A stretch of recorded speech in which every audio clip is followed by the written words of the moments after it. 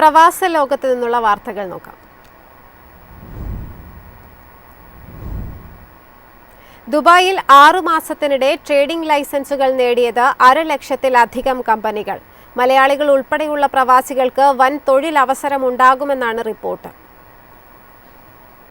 ദുബായിൽ വ്യവസായങ്ങൾ വർദ്ധിക്കുന്നു.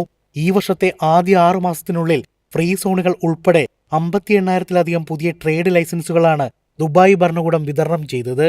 നിലവിലുള്ള സ്ഥാപനങ്ങളുടെ 1,50,000-ലേറെ ലൈസൻസുകൾ ഈ കാലയളവിൽ പുതുക്കുകയും ചെയ്തിട്ടുണ്ട്. ദുബായിലേക്ക് വിദേശ നിക്ഷേപകരുടെയും സംരംഭകരുടെയും ഒഴുക്ക് തുടരുന്നു എന്നതിന്റെ വ്യക്തമായ തെളിവാണിത്. പുതിയ കമ്പനികൾ പ്രവർത്തനം തുടങ്ങുന്നതോടെ തൊഴിലവസരം വർദ്ധിക്കുന്നതിനൊപ്പം ഓഫീസ്, റീറ്റെയിൽ മേഖല, റെസ്റ്റോറന്റുകൾ, ഡെലിവറി, ഗതാഗതം, അക്കൗണ്ടിംഗ്, മാർക്കറ്റിംഗ്, ടെക്നോളജി തുടങ്ങിയ ഒട്ടേറെ അനുബന്ധ മേഖലകളിലും വളർച്ചയുണ്ടാവും. ബിസിനസ് വളരുന്നതിന് അനുസരിച്ച് ജീവനക്കാരെ നിയമിക്കുന്നതും സേവനങ്ങൾ തേടുന്നതും വർദ്ധിക്കും.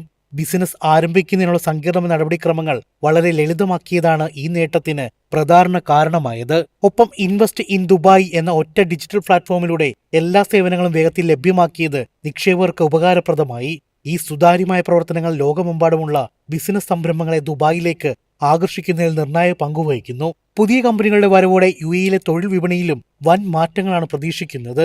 പ്രത്യേകിച്ച് IT, fintech, retail and sales എന്നീ മേഖലകളിൽ വരും മാസങ്ങളിൽ ഒട്ടേറെ പുതിയ തൊഴിലവസരങ്ങൾ ഉണ്ടാകുമെന്നാണ് പ്രതീക്ഷിക്കുന്നത്. News desk, MyFin TV. ഒമാനിൽ ഇൻവോയ്സിംഗ് നിർബന്ധമാക്കി ടാക്സ് അതോറിറ്റി.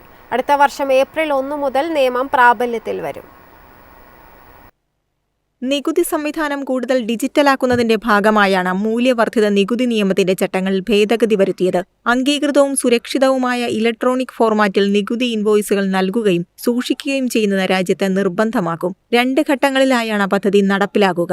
2027 ഏപ്രിൽ 1 മുതൽ വാർഷിക വിൽപ്പന 5 ദശലക്ഷം ഒമാനി റിയാലിൽ കൂടുതലുള്ള VAT രജിസ്റ്റർ ചെയ്ത കമ്പനികൾക്ക് നിർബന്ധമാക്കും. 2027 ഒക്ടോബർ 1 മുതൽ വാർഷിക വിൽപ്പന 5 ദശലക്ഷം റിയാലിൽ താഴെയുള്ള VAT രജിസ്റ്റർ ചെയ്ത കമ്പനികളിലേക്കും ഇത് വ്യാപിപ്പിക്കും. അംഗീകൃത സാങ്കേതിക മാനദണ്ഡങ്ങൾ പാലിച്ച് XML ഫോർമാറ്റിൽ തയ്യാറാക്കുന്ന ഇലക്ട്രോണിക് ഇൻവോയ്സുകൾ വഴി ഡേറ്റയുടെ സുരക്ഷയും കൃത്യതയും ഉറപ്പാക്കാനാകും. News desk, MyFin TV. കുവൈറ്റിൽ തൊഴിൽ നിയമലംഘനങ്ങൾ സഹൽ ആപ്പിൽ റിപ്പോർട്ട് ചെയ്യാം.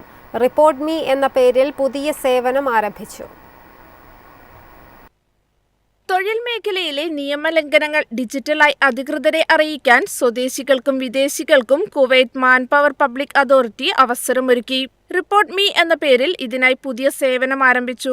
വിവരങ്ങൾ കൈമാറുന്ന വ്യക്തികളുടെ സ്വകാര്യതയും വിവരങ്ങളുടെ രഹസ്യ സ്വഭാവവും പൂർണ്ണമായി പരിരക്ഷിക്കും. നിയമലംഘനങ്ങൾ വേഗത്തിൽ കണ്ടെത്തി ആവശ്യമായ നടപടികൾ സ്വീകരിക്കാനും തൊഴിലാളികളുടെയും തൊഴിൽ ഉടമകളുടെയും അവകാശങ്ങൾ സംരക്ഷിക്കാനും തൊഴിൽ നിയമങ്ങൾ പാലിക്കപ്പെടുന്നുണ്ടെന്ന് ഉറപ്പുവരുത്താനും സഹായിക്കുന്നതാണ് പുതിയ ക്രമീകരണം. പൊതുജനങ്ങൾക്ക് സർക്കാർ ഏജൻസികളുമായി സഹകരിച്ച് തൊഴിൽ മാനവിക വിഷയങ്ങളിൽ പങ്കാളികളാകാൻ ഈ സേവനം അവസരമൊരുക്കുമെന്ന് manpower public authority public relations and media director Muhammad Al Musaini വ്യക്തമാക്കി.